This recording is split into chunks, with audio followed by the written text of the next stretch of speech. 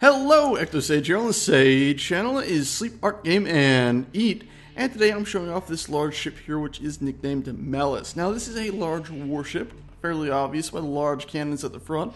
And its basic design was originally something more like the Star Destroyer-esque destroyer I built in the past, where this bumping out bit here would have actually been the top, and of course, unlike the other one, it would be mirrored on the bottoms, maybe not, of course. But over time, I decided maybe that was a bit much, and originally this front section here actually came out to a point, and these were slightly more rounded, and I don't know, as interesting as that was, it wasn't working out for me. So I cut this away.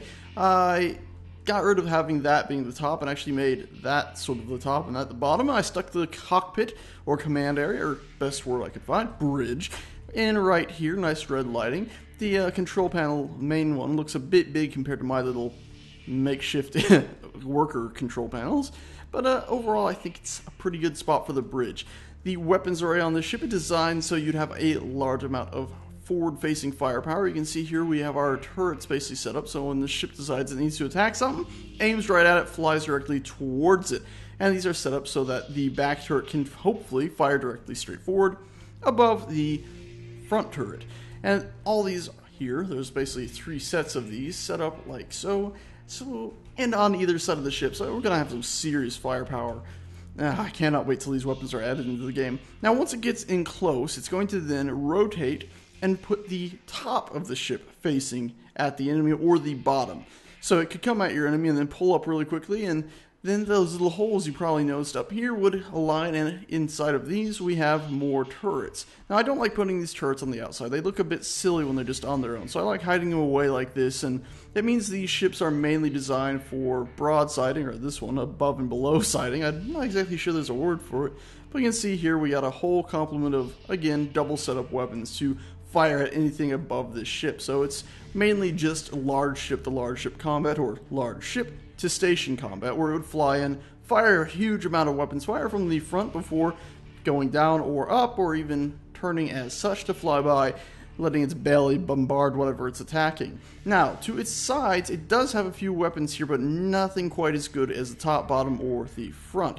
So fly around here, you can see we got our nice double setups here and here, but if we were to carry on to the side here, you can see we got just some simple turrets placed in there. There isn't actually much room in here because these are all full up with engines and other things. As I fly around to the back, you can now see this ship has a huge complement of engines. I actually am rather fond of the whole setup back here.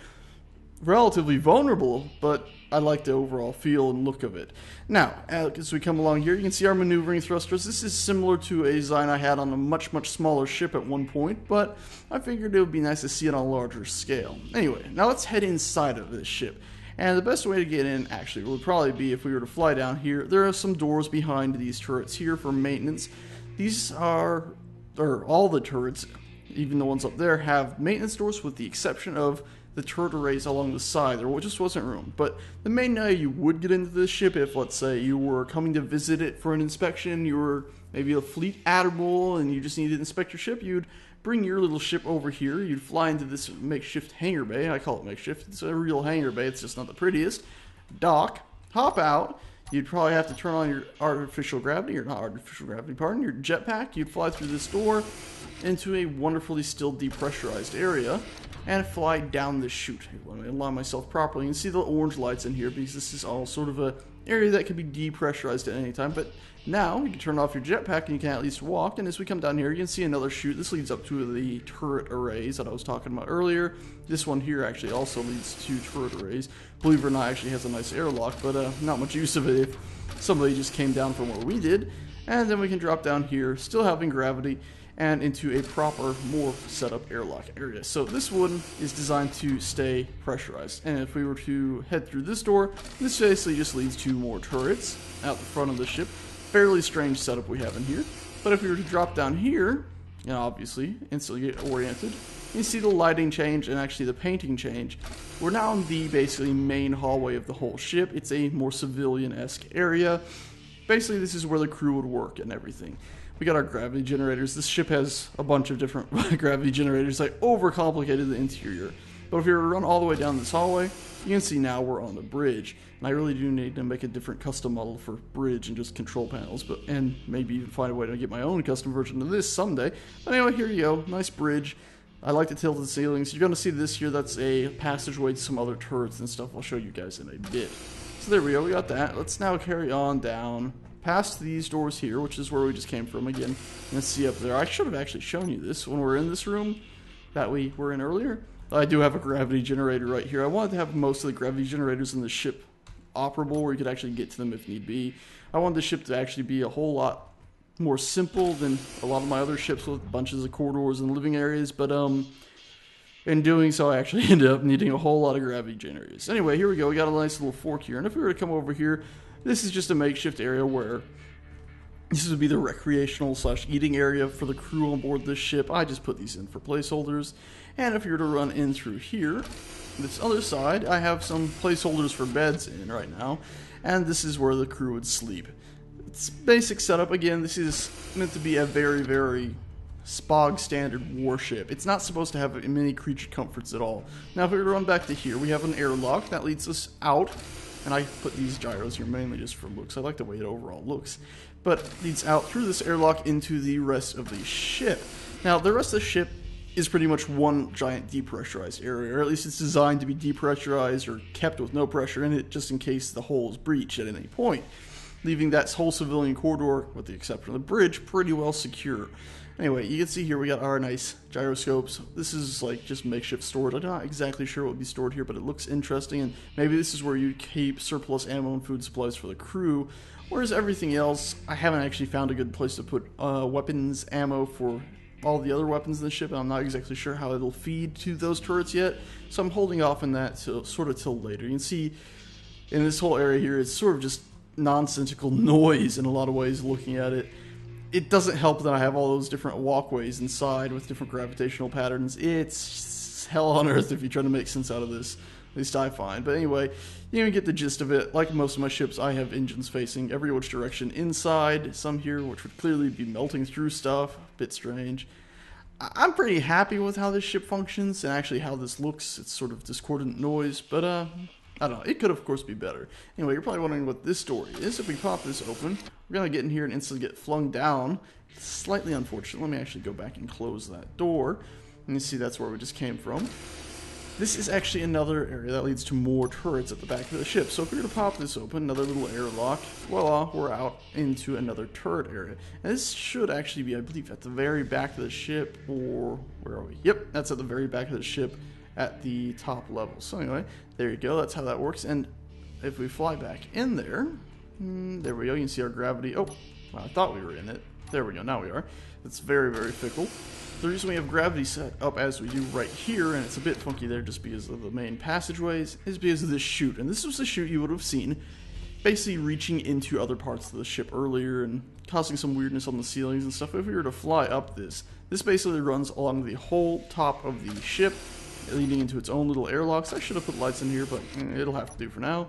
And again, into all these weapons areas on the very top of the ship, basically giving you access to them if you need to repair them or whatever. Like I said, they're the main batteries of these ships, the front and these ones. The side ones are just sort of there in case anybody gets to your side. You can bombard other large ships with them. Anyway, let's fly up. You can see it just basically carries on. It's a long hallway with bunches and bunches of these airlocks.